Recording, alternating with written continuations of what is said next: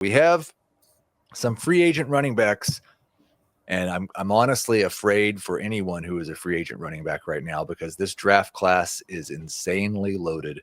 I think there are 2 guys who are going to be top 10 running backs in my Dynasty running back rankings immediately. There's another 4 guys who might be in my top 24, and I would not be signing a veteran free agent running back if I had any 3rd and 4th round draft picks this year. But those 3 guys are JK Dobbins, who I love, Aaron Jones, who looked really good again last year, but is too old, and then maybe one of the most hated guys in fantasy football, Najee Harris.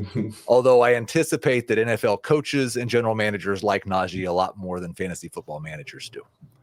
Yeah, I'll be really curious to see what happens with Najee, like how real life NFL people view him. Last year was bizarre.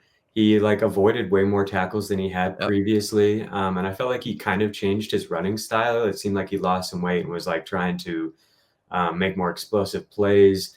But with that, he posted the lowest rushing success rate by far of his career, 32%. For comparison, Jaylen Warren in the same backfield was at 43%.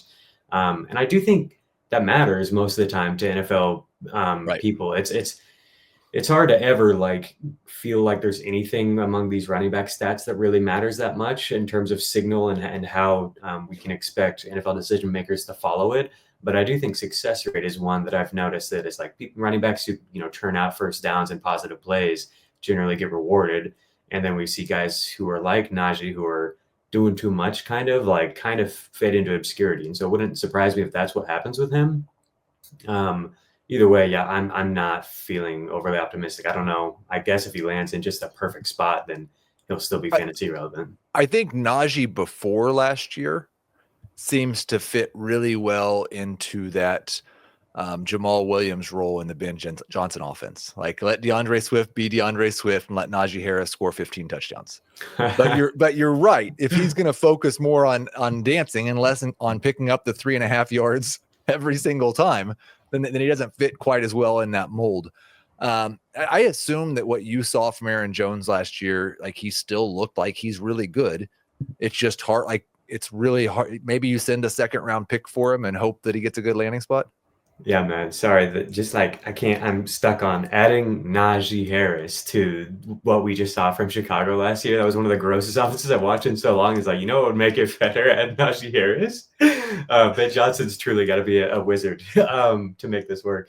Aaron Jones, yeah, he was awesome last year. He kind of wore down as the season wore on, but lots of explosive plays, a lot of really good rushing and receiving metrics. I love the guy. And I think he can be efficient even as part of a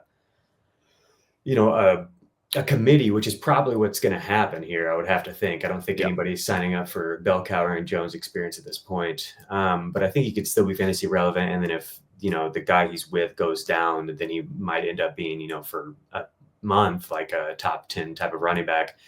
If he's in the right spot. So I think he's somebody you can buy for fantasy super, super cheap, but he's past 30. He's dead for Dynasty, right? We know where we're at here.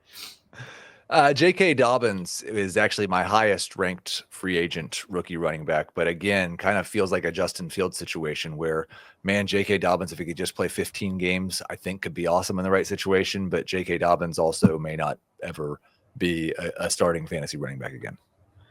Yeah, Dobbins is interesting. He looked so good at the beginning of the year. But then as I look at his numbers overall from last year, there are definitely some red flags. Like the percentage of his runs that went for positive yardage was the 3rd lowest among 31 qualifiers. But a lot of that can be contextualized by kind of looking at what was happening with that run game with the offensive line. It just wasn't working very well. Overall, I'm pretty excited. He's a lot younger than people realize. And he showed really encouraging juice for like his first year back from the injury. So I'm tentatively in on buying him, but I think I'm just waiting and seeing with all these running backs. Right. I mean, you're probably throwing away a late 2nd at the most, and then you don't really care if you did, although there may be a running back taken in the late 2nd of this draft that turns into a top 15 running back in the NFL